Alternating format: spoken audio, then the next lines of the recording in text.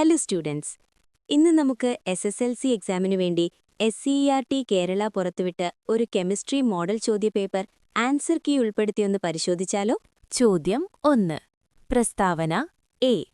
ഒരു ATM മർദ്ദത്തിൽ 44 litre വ്യാപ്തമുള്ള വാതകം 4 ATM മർദ്ദത്തിൽ 11 ലിറ്ററായി ചുരുങ്ങും. കാരണം ആർ. ബോയിൽ നിയമപ്രകാരം P1 V1 = P2 V2. ചുവടെ നൽകിയിരിക്കുന്നവയിൽ ശരിയായതേതാണ്? ഉത്തരം ഓപ്ഷൻ എ. എ, ആർ എന്നിവ ശരിയാണ്. ആറാണ് എയുടെ ശരിയായ വിശദീകരണം. ചോദ്യം 2. ഒരു മൂലകത്തിന്റെ അറ്റോമിക നമ്പർ 24 ആണ്. ഈ മൂലകത്തെ സംബന്ധിച്ച് ചില പ്രസ്താവനകൾ ചുവടെ നൽകിയിരിക്കുന്നു. പ്രസ്താവന 1. ഈ മൂലകത്തിന്റെ സബ്ഷെൽ ഇലക്ട്രോൺ വിന്യാസം 1s2, 2s2, 2p6, 3s2, 3p6, 3d4, 4s2 എന്നാണ്. പ്രസ്താവന 2. അവസാന ഇലക്ട്രോൺ പൂരണം നടക്കുന്നത് ഡി സബ്ഷെല്ലിലാണ്. പ്രസ്താവന 3. അവസാന ഇലക്ട്രോൺ പൂരണം നടക്കുന്ന എൽ സബ്ഷെല്ലിന്റെ വില 1 ആണ്. പ്രസ്താവന 4. ബാഹ്യതമ ഇലക്ട്രോൺ ഉൾപ്പെടുന്ന സബ്ഷെല്ലിൽ 5 ഓർബിറ്റലുകൾ ഉണ്ട്. ഈ പ്രസ്താവനകളെ സംബന്ധിച്ച് ചുവടെ നൽകിയിരിക്കുന്നവയിൽ ശരിയായത് ഏത്? ഉത്തരം ഓപ്ഷൻ ടി. പ്രസ്താവന 1ഉം 3ഉം ശരിയല്ല, എന്നാൽ 2ഉം 4ഉം ശരിയാണ്. ചോദ്യം 3. ചുവടെ നൽകിയിരിക്കുന്നവയിൽ ആസിഡിക് ലവണം ഏത്? ഉത്തരം ഓപ്ഷൻ സി, NH4Cl. ചോദ്യം 4. ചേരുംപടി ചേർക്കുക. താഴെ കൊടുത്തിരിക്കുന്നവയിൽ നിന്ന് ശരിയായ ഉത്തരം തിരഞ്ഞെടുത്തെഴുതുക. ഉത്തരം ഓപ്ഷൻ ടി. ചോദ്യം 5. സംതുലനാവസ്ഥയിലുള്ള ഒരു ഉഭയദിശാപ്രവർത്തനം നൽകിയിരിക്കുന്നു. 2NO + O2 gives 2NO2 + താപം. ഈ രാസപ്രവർത്തനത്തിൽ നൈട്രജൻ ഡയോക്സൈഡിന്റെ അളവ് വർദ്ധിപ്പിക്കുന്നതിന് ഗാഢതയിലും മർദ്ദത്തിലും വരുത്തേണ്ട മാറ്റങ്ങളിൽ ഏതെങ്കിലും രണ്ടെണ്ണം എഴുതുക. ഉത്തരം അഭികാരകങ്ങളുടെ ഗാഢത വർദ്ധിപ്പിക്കുക, NO2നെ വ്യൂഹത്തിൽ നിന്ന് നീക്കം ചെയ്യുക, മർദ്ദം വർദ്ധിപ്പിക്കുക. ചോദ്യം 6.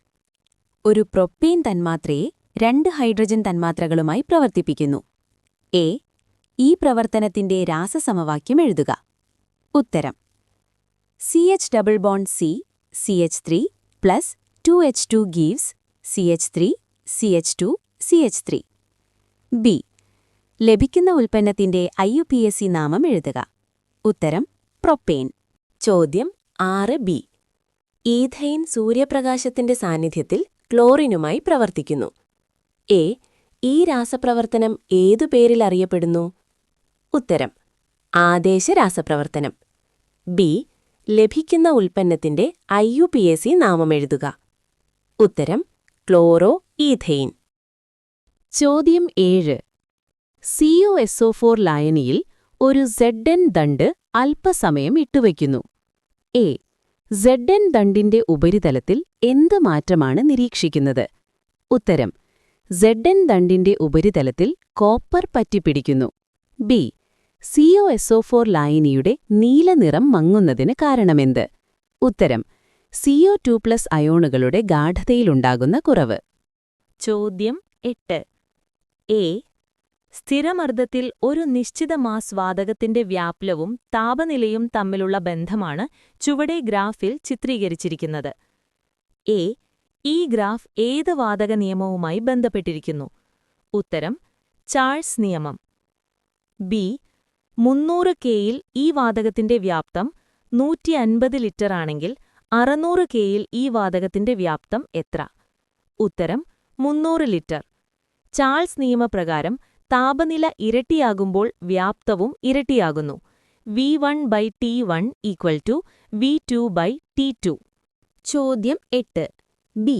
സ്ഥിര താപനിലയിലും മർദ്ദത്തിലും സ്ഥിതി ചെയ്യുന്ന 10 ലിറ്റർ ഓക്സിജനിൽ X തന്മാത്രകൾ അടങ്ങിയിരിക്കുന്നു. ഇതേ താപനിലയിലും മർദ്ദത്തിലും സ്ഥിതി ചെയ്യുന്ന മറ്റ് വാതക സാമ്പിളുകളുമായി ബന്ധപ്പെട്ട ചോദ്യങ്ങൾക്ക് ഉത്തരമെഴുതുക. എ. 5 ലിറ്റർ ഹൈഡ്രജനിലെ തന്മാത്രകളുടെ എണ്ണമെത്ര? ഉത്തരം X/2. അവോഗാഡ്രോ നിയമപ്രകാരം വ്യാപ്തം പകുതിയാകുമ്പോൾ തന്മാത്രകളുടെ എണ്ണവും പകുതിയാകും. ബി. 3x CO2 തന്മാത്രകളുടെ വ്യാപ്തം എത്ര? ഉത്തരം 30 ലിറ്റർ. 10 ലിറ്ററിൽ എക്സ് തന്മാത്രകളെങ്കിൽ 3x തന്മാത്രകൾക്ക് അതിന്റെ 3 ഇരട്ടി വ്യാപ്തം ആവശ്യമാണ്. ചോദ്യം 9. എസ് ബ്ലോക്ക് മൂലകങ്ങളുടെ അയോണീകരണ എൻതാൽപ്പി പി ബ്ലോക്കിലെ മൂലകങ്ങളേക്കാൾ കുറവാണ്. അയോണീകരണ എൻതാൽപ്പി എന്നാൽ എന്ത്? ഉത്തരം: വാതകാവസ്ഥയിലുള്ള ഒറ്റപ്പെട്ട ഒരാറ്റത്തിന്റെ ബാഹ്യതമ ഷെല്ലിൽ ഏറ്റവും ദുർബലമായി ബന്ധിച്ചിരിക്കുന്ന ഇലക്ട്രോണിനെ നീക്കം ചെയ്യാനാവശ്യമായ ഏറ്റവും കുറഞ്ഞ ഊർജം. ബി. രണ്ടാം പീരിയഡിലെ അയോണീകരണ എൻതാൽപ്പി ഏറ്റവും കൂടിയ മൂലകം ഏത്? ഫ്ലൂറിൻ. ചോദ്യം 10. സിങ്കിന്റെ 2 അയറുകളുടെ സാന്ദ്രണവുമായി ബന്ധപ്പെട്ട അപൂർണ സമവാക്യങ്ങളാണ് തന്നിരിക്കുന്നത്. എ, എക്സ്, വൈ ഇവ എന്തെന്ന് എഴുതുക. ഉത്തരം: X ZnO, Y 2ZnO. B. റോസ്റ്റിംഗിൽ നിന്ന് കാൽസിനേഷൻ എങ്ങനെ വ്യത്യാസപ്പെട്ടിരിക്കുന്നു? ഉത്തരം: സാന്ദ്രീകരിച്ച അയിരിനെ വായുവിന്റെ പരിമിതമായ അളവിലോ അസാന്നിധ്യത്തിലോ ദവണാങ്കത്തേക്കാൾ താഴ്ന്ന താപനിലയിൽ ചൂടാക്കുന്നതാണ് കാൽസിനേഷൻ. സാന്ദ്രീകരിച്ച അയിരിനെ വായുവിന്റെ സാന്നിധ്യത്തിൽ ദവണാങ്കത്തേക്കാൾ താഴ്ന്ന താപനിലയിൽ ചൂടാക്കുന്നതാണ് റോസ്റ്റിംഗ്. ചോദ്യം 11. തന്നിരിക്കുന്ന സംയുക്തത്തിന്റെ ഘടന വിശകലനം ചെയ്യുക. എ. പ്രധാന ചെയിനിലെ കാർബൺ ആറ്റങ്ങളുടെ എണ്ണം എത്ര? ഉത്തരം: 6. ബി. ശാഖയായി വരുന്ന ആൽക്കൈൽ ഗ്രൂപ്പിന്റെ പേരെന്ത്? ഉത്തരം: ഈഥൈൽ. ചോദ്യം 12. ബോക്സിൽ നൽകിയിരിക്കുന്നത് ശ്രദ്ധിക്കുക. എ. ഇവ ഉപയോഗിച്ച് എത്ര ഗാൽവാനിക് സെല്ലുകൾ നിർമ്മിക്കാം? ഉത്തരം: 3. ബി. ഈ ഗാൽവാനിക് സെല്ലുകളിൽ ഏതിലാണ് വോൾട്ടേജ് മൂല്യം ഏറ്റവും കൂടുതൽ? ഉത്തരം: Mg/Cu സെൽ. സി. വോൾട്ടേജ് മൂല്യം ഏറ്റവും കൂടുതലുള്ള ഗാൽവാനിക് സെല്ലിലെ ആനോഡിൽ നടക്കുന്ന രാസപ്രവർത്തന സമവാക്യം എഴുതുക. ഉത്തരം: Mg gives Mg2+ + 2e. ചോദ്യം 13. സോഡിയം ഹൈഡ്രോക്സൈഡ് വ്യാവസായികമായി നിർമ്മിക്കുന്നത് ക്ലോർ ആൽക്കലി പ്രക്രിയയിലൂടെയാണ്. എ. ഈ പ്രക്രിയയിൽ ഏതു പദാർത്ഥത്തിന്റെ ജലീയ ലായനിയെയാണ് വൈദ്യുത വിശ്ലേഷണത്തിന് വിധേയമാക്കുന്നത്? ഉത്തരം: NaCl. ബി. സ്തരസെല്ലിന്റെ കാഥാടിൽ നിറോക്സീകരണത്തിന് വിധേയമാകുന്ന പദാർത്ഥമേത്? ഉത്തരം: H2O. സി. സോഡിയം ഹൈഡ്രോക്സൈഡിനെ കൂടാതെ ലഭിക്കുന്ന ഉൽപ്പന്നങ്ങൾ ഏതെല്ലാം? ഉത്തരം: H2O2. ചോദ്യം 14. എ. CO2, SO2 എന്നീ വാതകങ്ങൾ STPയിൽ സ്ഥിതി ചെയ്യുന്നു. ഇവയുടെ വ്യാപ്തം 112 ലിറ്റർ ആണ്. എ. STPയിൽ സ്ഥിതി ചെയ്യുന്ന 1 മോൾ വാതകത്തിന്റെ വ്യാപ്തം എത്ര? ഉത്തരം: 22.4 ലിറ്റർ. ബി. 112 ലിറ്റർ CO2വിന്റെ മാസ് എത്ര? ഉത്തരം: മോളുകളുടെ എണ്ണം സമം 112 ലിറ്റർ ബൈ 22.4 ലിറ്റർ സമം 5. 112 ലിറ്റർ CO2വിന്റെ മാസ് സമം 5 × 44 സമം 220 ഗ്രാം. സി. SO2വിലെ തന്മാത്രകളുടെ എണ്ണം എത്ര? ഉത്തരം: 5 × 6.022 × 10⁻23. ചോദ്യം 14. ബി. STPയിൽ നടക്കുന്ന ഒരു രാസപ്രവർത്തനമാണ് ചുവടെ നൽകിയിരിക്കുന്നത്. എ. 10 മോൾ ഓക്സിജനുമായി പ്രവർത്തിക്കുവാൻ എത്ര മോൾ മീഥേൻ ആവശ്യമാണ്? ഉത്തരം: 5 മോൾ. ബി. 64 ഗ്രാം മീഥേൻ പൂർണ്ണമായും ജൈലിച്ചാൽ ലഭിക്കുന്ന CO2വിന്റെ മാസ്, വ്യാപ്തം എന്നിവ കണക്കാക്കുക. ഉത്തരം: മാസ് 176 ഗ്രാം, വ്യാപ്തം 89.6 ലിറ്റർ. ചോദ്യം 15. മൊളാസസ് നേർപ്പിച്ച ശേഷം ഈസ്റ്റ് ചേർത്ത് ഫെർമെന്റേഷൻ നടത്തിയാണ് എഥനോൾ നിർമ്മിക്കുന്നത്. ഈസ്റ്റിലുള്ള എൻസൈമായ ഇൻവെർട്ടേസ് പഞ്ചസാര ലായനിയെ ഗ്ലൂക്കോസും ഫ്രക്ടോസുമാക്കി മാറ്റുന്നു. തുടർന്ന് മറ്റൊരു എൻസൈമായ സൈമേസ് ഗ്ലൂക്കോസിനെയും ഫ്രക്ടോസിനെയും എഥനോളാക്കി മാറ്റുന്നു. എ. ഈ പ്രവർത്തനങ്ങളുടെ രാസസമവാക്യങ്ങൾ എഴുതുക. ഉത്തരം ഞാൻ കാണിക്കുന്നുണ്ട്. ബി. പവർ ആൽക്കഹോൾ എന്നാൽ എന്ത്? ഉത്തരം: 20% അബ്സല്യൂട്ട് ആൽക്കഹോളും 80% പെട്രോളും ചേർന്ന മിശ്രിതം. ചോദ്യം 16. എ. അലുമിനിയയിലേക്ക് ക്രയോലൈറ്റ് ചേർത്ത് വൈദ്യുത വിശ്ലേഷണം ചെയ്താണ് അലുമിനിയം നിർമ്മിക്കുന്നത്. എ. അലുമിനിയയിൽ ക്രയോലൈറ്റ് ചേർക്കുന്നതെന്തിന്? ഉത്തരം: അലുമിനിയയുടെ ദ്രവണാങ്കം കുറയ്ക്കാനും വൈദ്യുതചാലകത വർദ്ധിപ്പിക്കുന്നതിനും. ബി. അലുമിനയിൽ അടങ്ങിയിരിക്കുന്ന അയോണുകൾ ഏവ? ഉത്തരം: Al3+, O2-. സി. നെഗറ്റീവ് ഇലക്ട്രോഡിൽ നടത്തുന്ന നിലോക്സീകരണ പ്രവർത്തനത്തിന്റെ രാസസമവാക്യം എഴുതുക.